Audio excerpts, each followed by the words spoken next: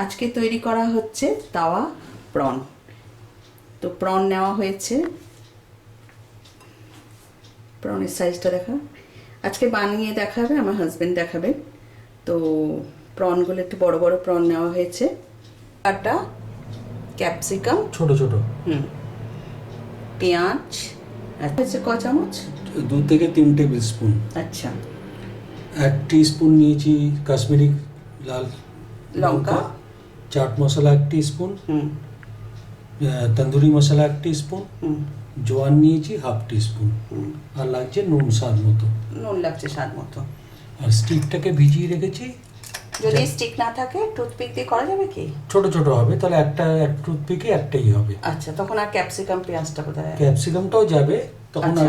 আগে ক্যাপসিকাম যাবে। আচ্ছা, তাহলে একটা টুথপিক দিয়ে একটু দেখিয়ে দিও। হ্যাঁ, একটু জলে ভিজিয়ে রাখতে হচ্ছে তো?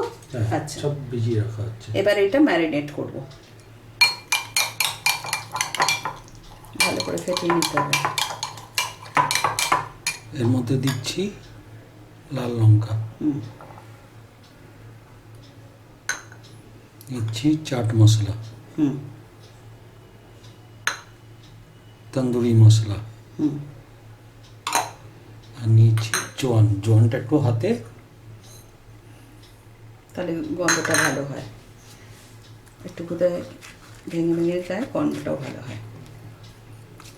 যা মশলা, হ্যাঁ লেবুর রস নিয়েছি পুরোটাই দিয়ে দিলাম।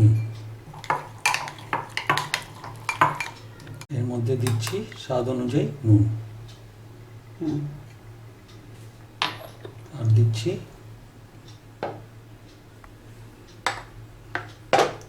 সর্ষের তেল। আর দইটা কাপড়ের মধ্যে একটু বোধহয় জলটাকে ঝরিয়ে নিয়েছি। আচ্ছা, হ্যাঁ, নইলে তো জল জল মতো থাকবে, যেরকম আমরা কাবাব করি। এটা মাইক্রোওভেনে করবো না, এটা করবো তাওয়াতে, গ্রিল তাওয়া। পনগুলো দিয়ে দেবো। আচ্ছা, পনটা দিয়ে দিই।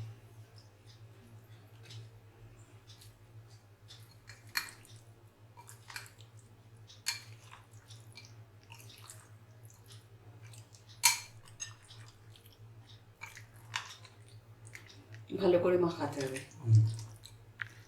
একে 1/2 ঘন্টার জন্য ম্যারিনেট করে, মাখিয়ে 1/2 ঘন্টার জন্য ম্যারিনেটে রেখে দেবো। এর মধ্যে এগুলো দিয়ে দিচ্ছি একবারে, পেঁয়াজ আর ক্যাপসিকাম আর স্লাইস করে কাটা। আমার বাটিটা ট্রান্সফার করে নিলে ভালো হয়, সাদা বাটিটা এর মধ্যে ট্রান্সফার করে নাও। আলাদা জায়গায় দইয়ের সাথে মশলাটা মিক্সড করা হলো যাতে ভালো করে মিশে যায়। তারপর একটু বড় জায়গায় নিয়ে নিলাম, কারণ চিংড়ি মাছ বা ক্যাপসিকাম পেঁয়াজ দিয়ে জায়গাটা বেশি লাগছে, তাই জন্য ওখানে ট্রান্সফার করে নিই, তাই তো? মাখানোর সুবিধার্থে। হ্যাঁ, এবার এখানে ম্যারিনেট করতে সুবিধে হবে। কতক্ষণ ম্যারিনেট করা হবে এটা? 1/2 ঘন্টার জন্য। আচ্ছা, এটাকে ঢাকা দিয়ে এটা 1/2 ঘন্টা থাকবে। ঠিক আছে, তাহলে 1/2 ঘন্টা পর ফিরে আসছি। 1/2 ঘন্টা হয়ে গেছে। এটাকে স্কোয়ারে একটা করে কাটবো। প্রথমে একটা ক্যাপসিকাম,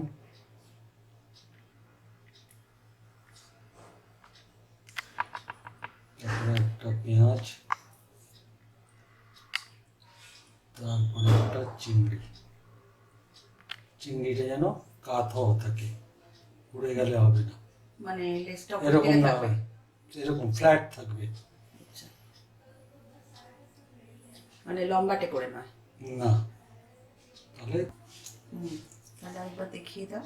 আচ্ছা, এইভাবে চিংড়িটাকে এইভাবে, আচ্ছা, মাথাটা দিয়ে আর লেজের জায়গাটা দিয়ে, আচ্ছা,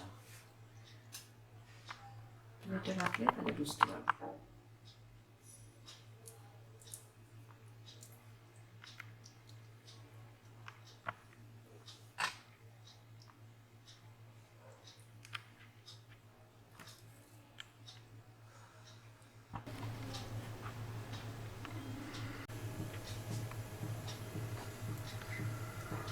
সবগুলো তৈরি করা হয়ে গেছে, এবার ফ্রাই হবে। আচ্ছা, ফ্রাই করার সময় কিন্তু সাদা তেল দিয়ে ফ্রাই করব।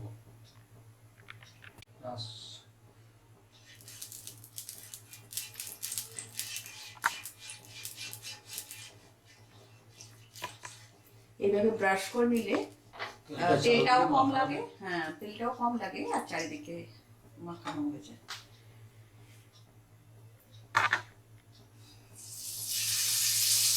একটা একটা করে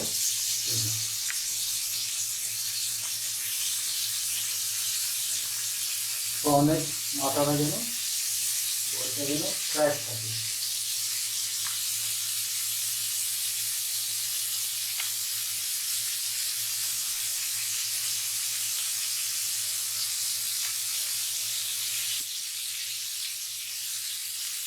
এগুলো যা এক্সট্রা বেঁচে ছিল সেটা একটা শিখে রেখেছি। শুধু পেঁয়াজ আর ক্যাপসিকাম বেঁচে গেছিলো, ওগুলোকেও কাটিয়ে দিয়ে দেওয়া হলো। ওগুলো খেতে ভালো লাগে।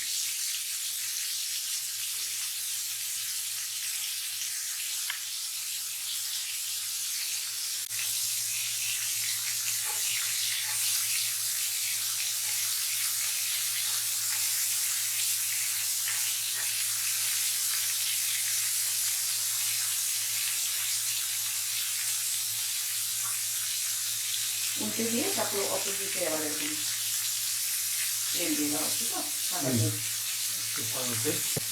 এক পিঠ হয়ে গেলে মাঝে মাঝে কিন্তু উল্টে দিতে হবে, উল্টালে দুটো পিঠই যেন সমান। ফ্লেমটাকে মিডিয়ামে রাখতে হবে, গরম হয়ে গেলে মিডিয়াম আঁচে এটাকে করতে হবে।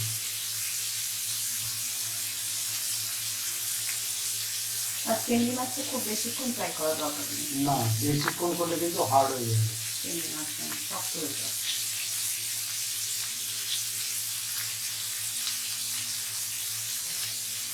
খুব সুন্দর একটা স্মেল বেরিয়েছে।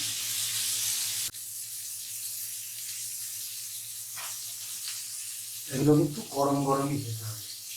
আচ্ছা, পরিবেশনের সময়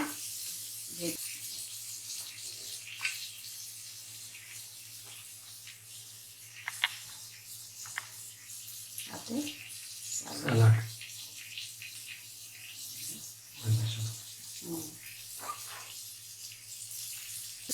আমাদের ভিডিওটা ভালো লাগলে অতি অবশ্যই লাইক করবেন, সাবস্ক্রাইব করে রাখবেন নতুন নতুন ভিডিও পাওয়ার জন্য, আর বন্ধু বান্ধবের মধ্যে শেয়ার করবেন।